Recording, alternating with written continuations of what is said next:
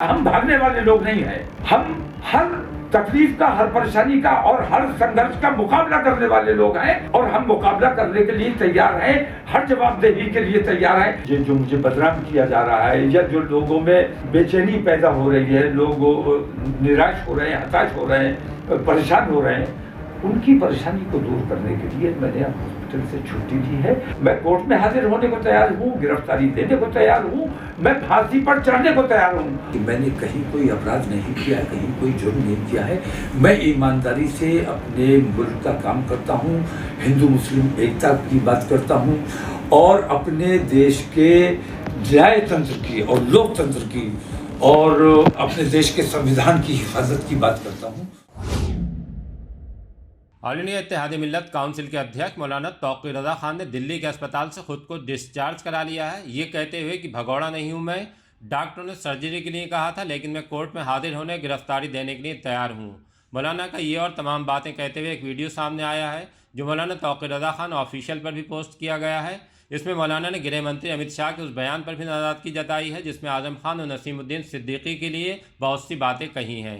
मौलाना फिलहाल दिल्ली में ही हैं। इधर बरेली में जिला जज न्यायालय में सुनवाई के लिए 8 अप्रैल की तारीख लगी है। 2010 के दंगे से जुड़े उस मामले में जिसमें मौलाना को मुख्य मास्टरमाइंड मानकर समन और पेश नहीं होने पर कोर्ट ने गैर जमानती वारंट NBW जारी किया था। पहले ये मामला ADJ fast track Ravi Kumar Diwakar की कोर्ट में सुना जा रहा था। मौलाना बरेली कब आएंगे ये साफ नहीं हुआ है। आइए आपको सुनवाते हैं कि मौलाना ने वीडियो में क्या क्या कहा है। ये जो बदनामी की जा रही है मुसलसल और मुझे भगोड़ा और कुर्की के आगे क्या क्या ये तमाशे बनाए जा रहे हैं, तो मजबूरन मैंने हॉस्पिटल से कल छुट्टी ली है। डॉक्टर ने मुझे सख्त ताकीद की है कि जब तक ओपन हार्ट ना हो जाए कंप्लीट बेड रेस्ट होना चाहिए। इसके बावजूद मैं लोगों के दिलों में जो गम गुस्सा है या जो मुझे बदनाम किया जा रहा है या जो लोगों में बेचैनी पैदा हो रही है, लोग निराश हो रहे हैं, हताश हो रहे हैं, परेशान हो रहे हैं, उनकी परेशानी को दूर करने के लिए मैंने हॉस्पिटल से छुट्टी ली है और मैं हर वक्त तैयार हूँ। किसी भी किस्म की जवाबदेही अगर मुझ पे बनती है, मैं हर वक्त हाजिर हूँ। मैं कोर्ट में हाजिर होने को तैयार हूँ, गिरफ्तारी देने को तैयार हूँ, मैं फांसी पर चढ़ने को तैयार हूँ। अगर आपको मुख्तार अंसारी की तरह मुझे जेल में डाल के मुझे जहर देकर मारना आपका मकसद है, मैं उसके लिए भी तैयार हूं। हम भागने वाले लोग नहीं हैं। हम हर तकलीफ का, हर परेशानी का और हर संघर्ष का मुकाबला करने वाले लोग हैं और हम मुकाबला करने के लिए तैयार हैं, हर जवाबदेही के लिए तैयार हैं। ईमानदारी से अगर काम होगा तो हम हर किस्म का सहयोग करेंगे और अगर बेईमानी की जाएगी तो उस बेईमानी को करने की इजाजत नहीं दी जाएगी। मुझे माननीय सुप्रीम कोर्ट से पूरा ये यकीन है कि सुप्रीम कोर्ट अभी तक मैं समझता हूँ कि जो लालच और जो दबाव और जो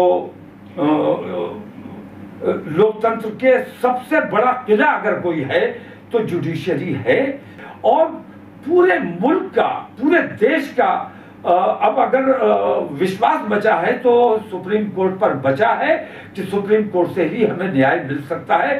सुप्रीम कोर्ट ही हमारे देश के लोकतंत्र की और हमारे देश के संविधान की हिफाजत कर सकता है। नहीं, देखिए ऐसा है, जो बातें मेरी आवाज़ को दबाने की और मुझे गिरफ्तार करने की, झूठे इल्ज़ाम लगाने की, बदनाम करने की हत्तल इम्कान इन्होंने कोशिश कर ली है। मेरे खिलाफ कहीं कोई अल्लाह जानता है कि मैंने कहीं कोई अपराध नहीं किया है, कहीं कोई जुर्म नहीं किया है। मैं ईमानदारी से अपने मुल्क का काम करता हूँ, हिंदू मुस्लिम एकता की बात करता हूँ और अपने देश के न्यायतंत्र की और लोकतंत्र की और अपने देश के संविधान की हिफाजत की बात करता हूँ। तो संविधान को जो बदल देना चाहते हैं उन लोगों के निशाने पर मैं हूं।